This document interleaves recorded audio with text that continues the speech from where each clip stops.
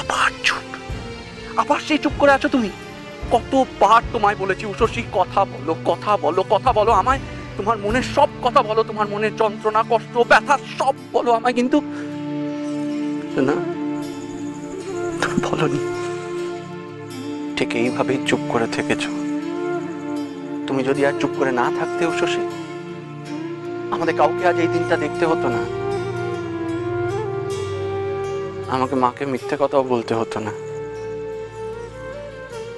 কেন উষসী, কেন কেন তুমি আমায় কিছু বললে না? আমি তো তোমায় বিশ্বাস করেছিলাম, তোমার আমার পরে এটুকু বিশ্বাস ছিল না? এটুকু ভরসা করতে পারোনি আমায়? তুমি যদি আমায় একবার বলে দিতে, আমি মাকে ঠিক মানিয়ে নিতাম, ঠিক মানিয়ে নিতাম উষসী, কিন্তু তোমার তো আমার উপর ভরসাই নেই, বিশ্বাসই নেই। দেখো দেখো, তোমার অবিশ্বাসের ফল তোমার চোখের সামনে, তুমি দেখো। আজ আর আমার মিথ্যে বলা ছাড়া কোনো উপায় রাখলে না তুমি। দিনের পর দিন সত্যিটা লুকিয়ে রেখে তুমি মিথ্যেকে প্রশ্রয় দিয়ে গেছো উষসী। কেন কেন তুমি আমায় সব কথা বললে না উষসী? কেন কেন কেন উষসী, কেন?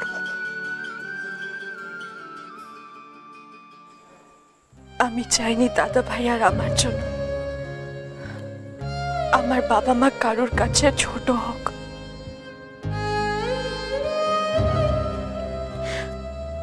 তারা অনেক বড় মাপের মানুষ ছিল, বেঁচে থাকতে তারা এমন কোনো কাজ করেনি যাতে তাদের মাথা হেট হয়। আমি কোনোদিনও তাদের উঁচু মাথা নিচু করতে চাইনি, যাতে কোনো মিথ্যে তাদের ছুঁতে না পারে। আমি শুধু সেই চেষ্টা করেছিলাম। দাদা ভাইয়ের সব মিথ্যে নিজের মধ্যে রেখে দিয়েছিলাম।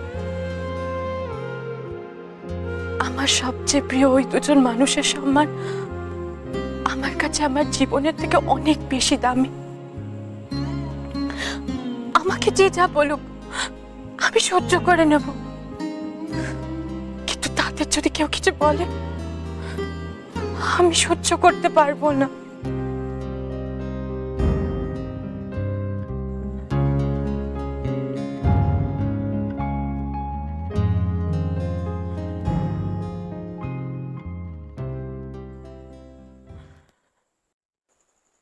ঠিক এই কারণে আমিও মিথ্যেটা বলেছি।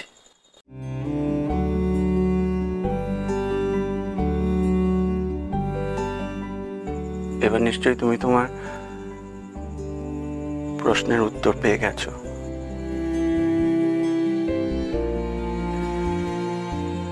আমি মায়ের কাছে যাচ্ছি।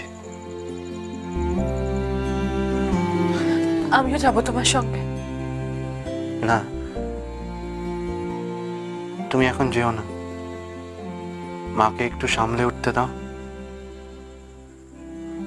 একটু সময় দাও মাকে, একটু সময়। আমায় তুমি ক্ষমা করে দাও মা। আজ জীবনে প্রথমবার আমি জেনে বুঝে তোমায় কষ্ট দিলাম। তুই বাড়ির বড় ছেলে, বাড়ির কর্তা, তোর রোজগারে আমরা খাই, বাড়ির আসল মালিক তো তুই। মা নিশ্চয়ই রাগ করে বসে আছে আর অপেক্ষা করছে কখন আমি এসে নিজে হাতে তাকে খাইয়ে দেব।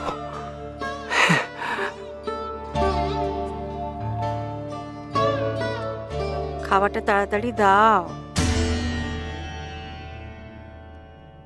সে কখন থেকে খেতে দিতে বলছি, শুনছো? তুমি খেতে আসবে না? কি হলো গো?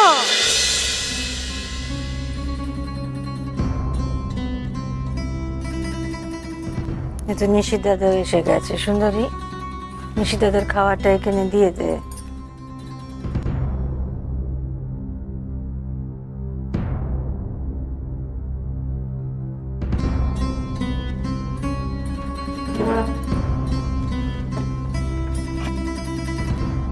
বড় বৌমা নিশ্চয়ই আমাদের সঙ্গে বসে খাবে না,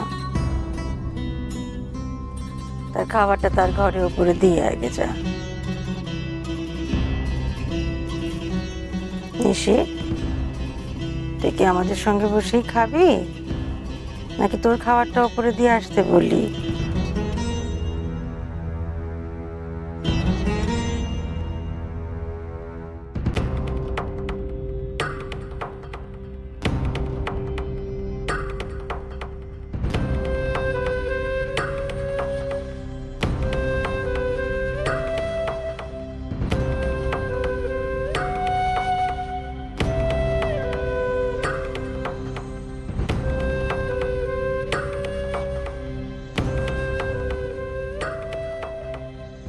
বদি, তুমি কিছুতে হাত দিও না।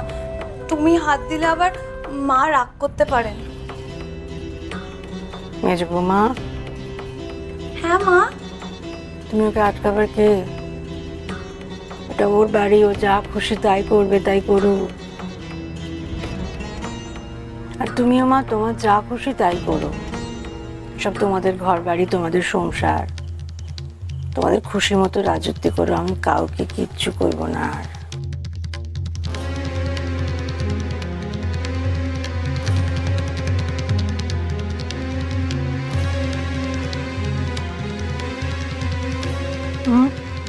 থাক।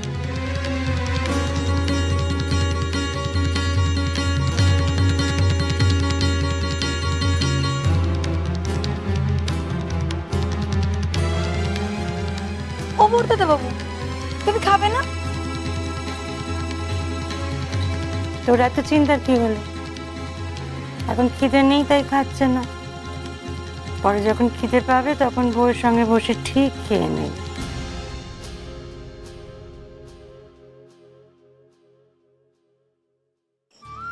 মা,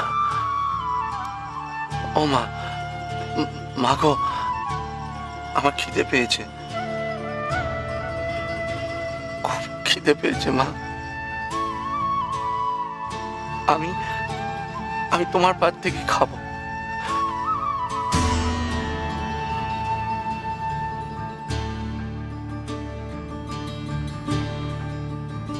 সে কি কথা? আমার একটু থালায় খাবে খিরে? বউ কি ভাববে? কত বড় হয়ে গেছিস, এখন কি আর তুই মায়ের কোলে আঁটিস রে? গাছের থেকে ফল সত্যি ভারী হয়ে গেছে।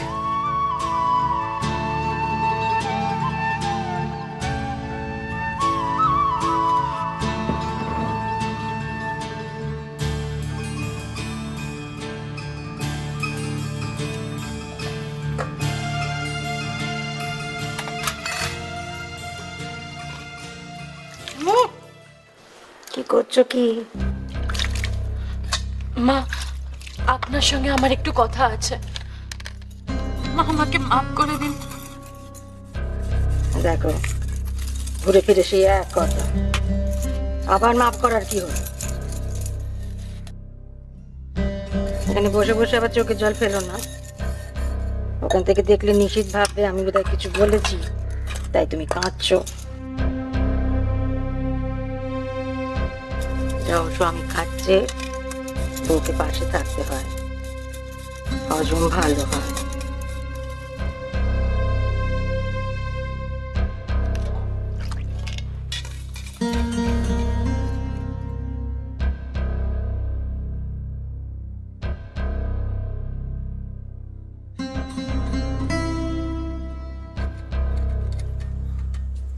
নিশিত, তুই তো কিছুই খেলি না বাছা।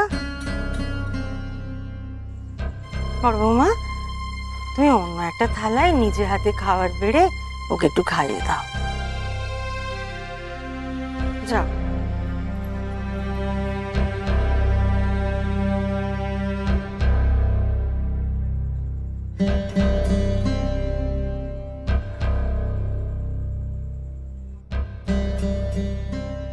এসো মা, এসো এসো। তোমার স্বামীকে বোঝাও দেখি আমি ওর ওপর রেগে নেই। আমি বলছি আমার কথা বিশ্বাসই করছে না, তুমি ওকে বোঝাও, তোমার কথা মানবে।